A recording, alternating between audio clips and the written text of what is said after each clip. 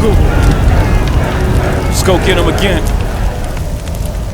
Welcome back to the Robe Zoe channel. I'm your host Mark, and welcome to an unboxing and first impression video on my channel. Today we are delving into the brand of Yves Saint Laurent and their flankered up line of La Nuit and L'Homme. And this time we are delving into the L'Homme line. And I, just for funsies, I took out my collection, future purchases which are here, or future purchases on the channel, already purchased. Just waiting for unboxing first impression video on the channel. As you know, I have a backlog of unboxings to do. So today we are delving into L'Homme EDP Eau de Parfum. I got a 2.0 ounce here to unbox. The L'Homme line, which started with the Eau de Toilette here. Excellent. I got this at launch. It was a gift, and it has these memories to me. It was a signature for that moment in time. I put in a pretty good dent in this one, and then of course you got all the flankers beside it. I didn't add my L'Homme Libre flankers to this. I think that's a separate line in my personal opinion. Even Ultime is honestly on its own here, but very rare Eau d'été, the summer edition, very rare Cologne Gingembre, excellent flanker. The Sport, of course, not really big in our community. Ultime's huge, and this one right here, which is the Parfum Intense, it's not the Parfum EDP. I feel like these are going to be comparables. I don't know. Maybe it's just because of the juice color, because I've seen the juice color in it. And again, it's a first impression. I've never smelt this one.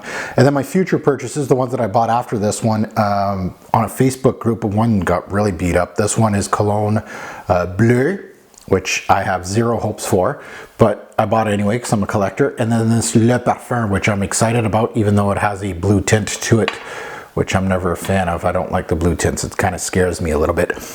But let's get back to this one, released last year in 2022. That's probably the last video I can say that. Now it's going to be 2024 when I come back and start unboxing again, I'm assuming. So let's get into this one. This one, as far as hype goes, I don't think it had any hype. And with the L'Homme line, I'm just going to unbox this. With the L'Homme line, the major things is the bros out there don't like, it doesn't have longevity and projection, and for the price you're paying, I can see why. And you got the brown juice, much browner than this one from what I see already. So that's a good sign. Hopefully it's dark. I actually like this one. As you can see, there's quite a dent in this one. A lot of floral aspects in this one, but beautifully blended, fairly sweet, but you are going to get some sweetness from this YSL line. So I'm looking forward to it. Again, this is more of a guilty pleasure line for me. So let's delve into it. Let's put it on a strip, back of my hand. Let's sniff it on the strip first. Oh, a little different. And a little bit of the same.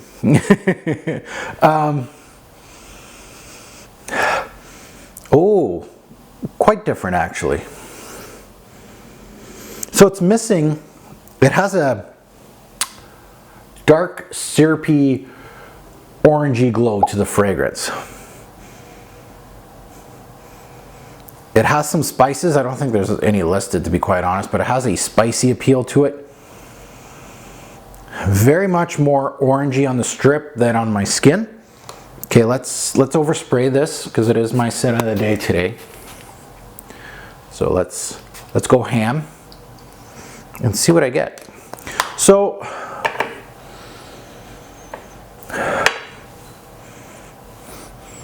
it has that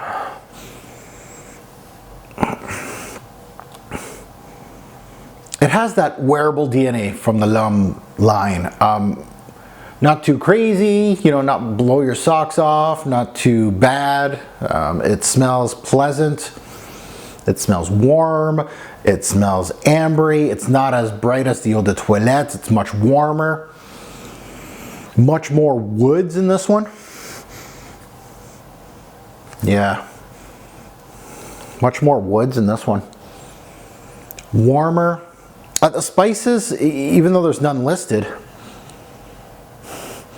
I'm trying to delve into what kind of, maybe that's that, they say there's a cognac note in here, I believe. That might be the booziness that I'm smelling here. So a really nice, it's a really nice woody note in here. Like not your standard cedar, sandalwood, really nice. That oak barrel, that's what it is, eh? That's really nicely done. Yeah, there's some subtle spices here, very much, so there's nothing 3D, there's no real features to the spicy, but there is some spiciness in this that it's not listed in the note breakdown. And that could be that booziness that they're talking about. I don't smell, this doesn't smell overly boozy in my personal opinion. It's like an orangey, and the orange isn't bright. It's very more dense than anything. A dense orange in oak barrels. Like lots of woods. And the oak is nice. Oh. It's ambery. A little sweet. So a little playful, but not too much. Actually, yeah. It's a little mature, but it's not for 40-year-olds, we'll say. It's a little playful, but not too much. Newbie friendly, I think so, especially if you're like 20-somethings and up. The woody notes I actually really like. It's rich, it's ambery, it's warm. The booziness is, you could say that faint spiciness is booziness. We'll go with that. But yeah, the orange is actually quite a nice little, and I'm launching this. Yeah, the orange is a nice addition. Not bad. Not bad. And I could see why it won't wow people. I could see why that it could be forgettable for a collector, like, as you can see, like me. It's one of those, it's in the family. You know, it's not, like, I feel like these are going to be the bad ones, Sport and Cologne Blue. This is kind of like wearable, like these kind of things. This one's actually quite unique. Very, very fresh, well done. But I feel like, I don't know, I feel like this one has more pop. The florals in there is really nicely done. But it's in that family. These three are kind of together, while these are like kind of the outsiders right now. And I don't mean that by quality, I just mean that by wearability together. This is the fresher one of the three. These are the two darker ones. This one's darker than this though, and possibly less sweet. At the end of the day, I'm happy with it. But it's, again, this L'Homme line is almost like a dumb reach line for me. Sometimes I feel like wearing this DNA.